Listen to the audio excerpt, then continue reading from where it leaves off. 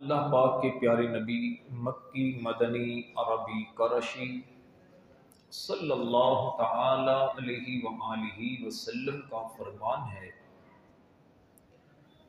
شب جمعہ اور جمعہ کے دن مجھ پر درود پاک کی کثرت کر لیا کرو۔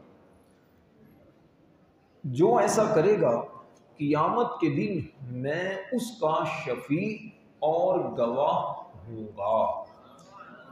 صلو علی الحبیب صلی اللہ تعالی علی محمد وعلی آلہ وصحبہ وبارک وسلم، صلاۃ و سلام علیک یا سیدی یا رسول اللہ وعلی آلک و اصحابک یا حبیب اللہ۔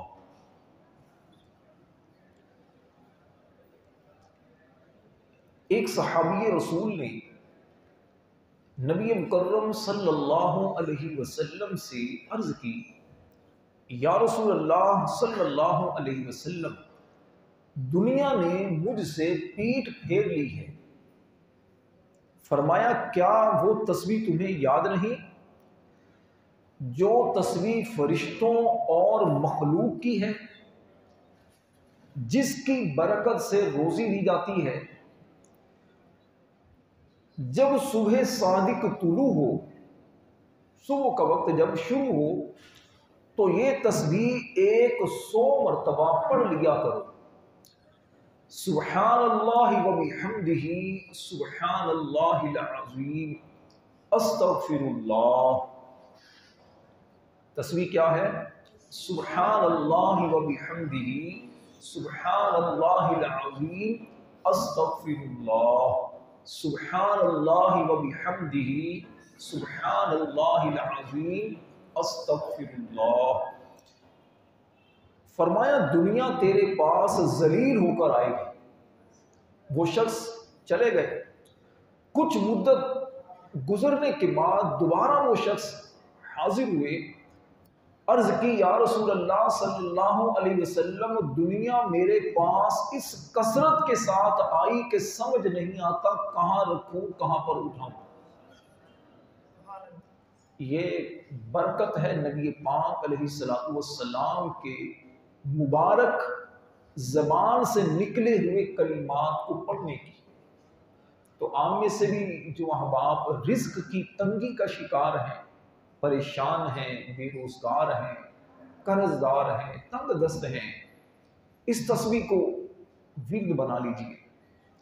صبح فجر کی نماز سے پہلے پڑھیں، اس وقت نہ پڑھ سکیں تو فجر کی نماز کے بعد پڑھ لیا کریں۔ 100 مرتبہ روزانہ پڑھنا ہے، سبحان اللہ و بحمدہ سبحان اللہ العظیم استغفر اللہ۔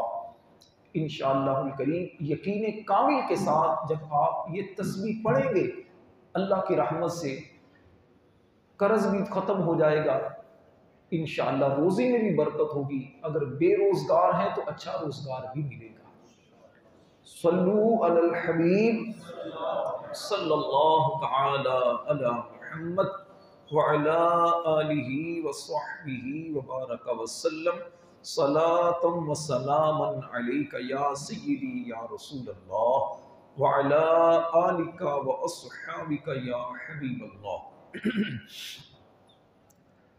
اللہ تبارک و تعالی پارہ 30 سورۃ الاعلیٰ کی آیت نمبر 14 اور 15 میں ارشاد فرماتا ہے، قد افلح من تزکا وذکر اسم ربہ فصلی۔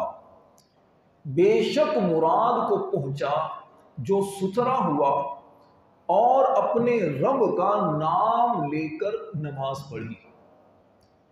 ان آیات کریمہ کی تفسیر میں صدر الافاضل بدر المماثل خلیفہ اعلی حضرت مولانا سید نعیم الدین مراد آبادی رحمۃ اللہ علیہ فرماتے ہیں کہ تزکا سے صدقہ فطر دینا مراد ہے، اور رب کا نام لینے سے عیدگاہ کی طرف راستے میں تکبیریں کہنا مراد ہے، اور نماز سے نماز عید مراد ہے۔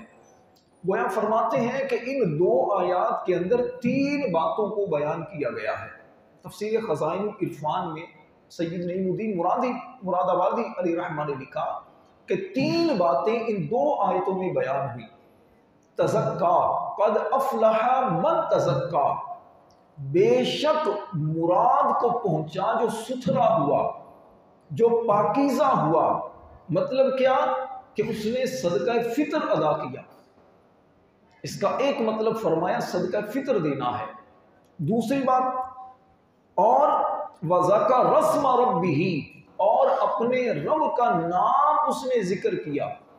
فرمایا رب کا نام ذکر کرنے کا مطلب یہ ہے کہ عیدگاہ کی طرف جاتے ہوئے راستے میں جو تکبیر بندہ پڑھتا ہے، اللہ اکبر، لا الہ الا اللہ واللہ اکبر، اللہ اکبر وللہ الحمد، یہ جو تکبیر پڑھتا ہے، اللہ کا نام لیتا ہے، یہ مراد ہے۔ اور فرمایا فصلا، اور نماز پڑھی، تو نماز سے مراد ہے عید کی نماز۔ تو اس سے پتہ چلا کہ صدقہ فطر دینے کا بیان ہمیں قرآن پاک سے بھی ملتا ہے۔ تو صدقہ فطر یہ زکوٰۃ کی طرح واجب ہے۔ صدقہ فطر کے وجوب کا ذکر نبی پاک علیہ السلام کے اس فرمان میں موجود ہے۔ سنن ترمذی کی حدیث پاک ہے۔